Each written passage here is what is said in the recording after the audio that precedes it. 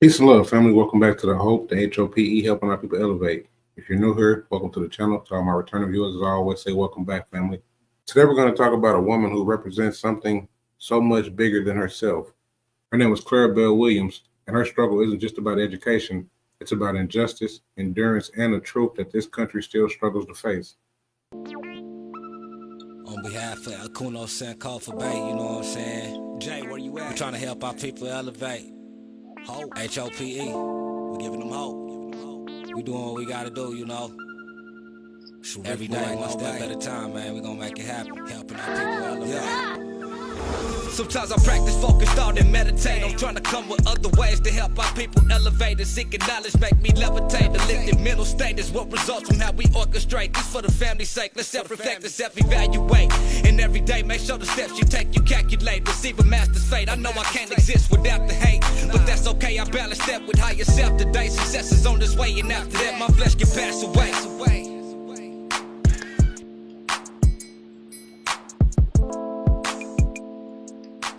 America loves to sell us a dream, the idea that if you work hard, you'll succeed. But for millions of people who look like Clara, that dream was just out of reach. Not just because they weren't smart, not just because they didn't try, but because they were born black in a country built on stolen land and stolen labor. Clara Belle Williams was born in 1885, just 2 decades after the Emancipation Proclamation. She grew up in a time when Jim Crow laws made it clear black people were not welcome. But Clara didn't just accept that. She enrolled at what is now known as the New Mexico State University at a time when black students were not allowed to sit in the classrooms. Let that sink in. She had to stand outside the door, listen to her professor's lecture. No desk, no seat, no acknowledgement of her dignity. But Clara didn't give up. She listened from the hallways, took notes in the margins of exclusion, and earned her degree in 1937 at 51 years old. They tried to shut her out, but she made sure they heard her anyway. Clara became a teacher, educating generations of black children in the segregated South. Her legacy didn't stop with her. She raised 3 sons. All 3 of them became doctors. Let me say that again.